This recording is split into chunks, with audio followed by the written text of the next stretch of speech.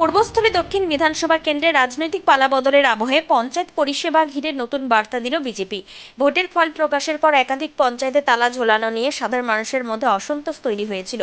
সেই পরিস্থিতিতে সোমবার পূর্বস্থলী দক্ষিণের নবনির্বাচিত বিজেপি বিধায়ক প্রাণকৃষ্ণ তপাদার নিজে উপস্থিত থেকে পূর্বস্থলী 1 নম্বর ব্লকের নাদনঘাট, সমুদ্রগড় ও নসরতপুর পঞ্চায়েতে তালা খুলে দেন। স্থানীয় সূত্রে জানা গিয়েছে, ভোট পরবর্তী রাজনৈতিক পরিস্থিতির জেরে কয়েকটি পঞ্চায়েতের স্বাভাবিক পরিষেবা ব্যাহত হচ্ছিল। সাধারণ মানুষ দৈনন্দিন প্রয়োজনীয় কাজকর্মের সমস্যার মুখে পড়ছিলেন। এদিন পঞ্চায়েতগুলিতে গিয়ে প্রাণকৃষ্ণ তপাদার প্রশাসনিক পরিষেবা দ্রুত স্বাভাবিক করার বার্তা দেন। তিনি বলেন, পঞ্চায়েত মানুষের জন্য, রাজনৈতিক মতপার্থক্যের কারণে সাধারণ মানুষের পরিষেবা বন্ধ রাখা কোনোভাবেই কাম্য নয়। মানুষের স্বার্থে পঞ্চায়েতের দরজা খোলা থাকবে এবং স্বাভাবিক কাজকর্ম চালু রাখতে যা যা প্রয়োজন তা করা হবে। এদিন বিজেপি কর্মী সমর্থকদের উপস্থিতিতে পঞ্চায়েত চত্বরে কিছু সময়ের জন্য উৎসাহ উদ্দীপনার পরিবেশ তৈরি হয়। স্থানীয় বাসিন্দাদের একাংশের আশা, এর ফলে এলাকার নাগরিক পরিষেবা ফের আগের ছন্দে ফিরবে। রাজনৈতিক মহলের মতে, নবনির্বাচিত বিধায়কের এই পদক্ষেপ পূর্বস্থলী দক্ষিণের রাজনীতিতে তাৎপর্যপূর্ণ বার্তা বহন করছে।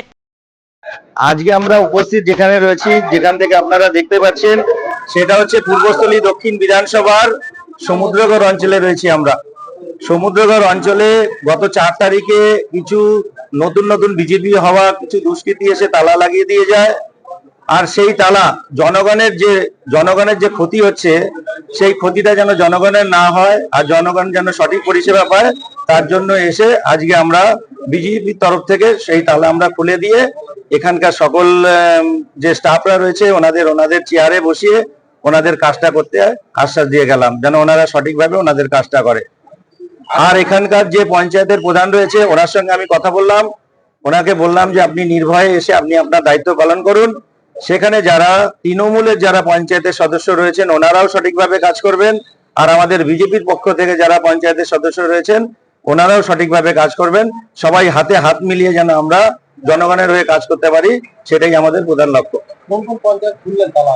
আজকে আমরা কয়েকদিন আগে আমরা খুলেছিলাম শ্রীরামপুর পঞ্চায়েত, আজকে প্রথমে খুলেছি নাদনঘাট পঞ্চায়েত, তারপরে খোলা হলো আমাদের সমুদ্রগড় অঞ্চল পঞ্চায়েত।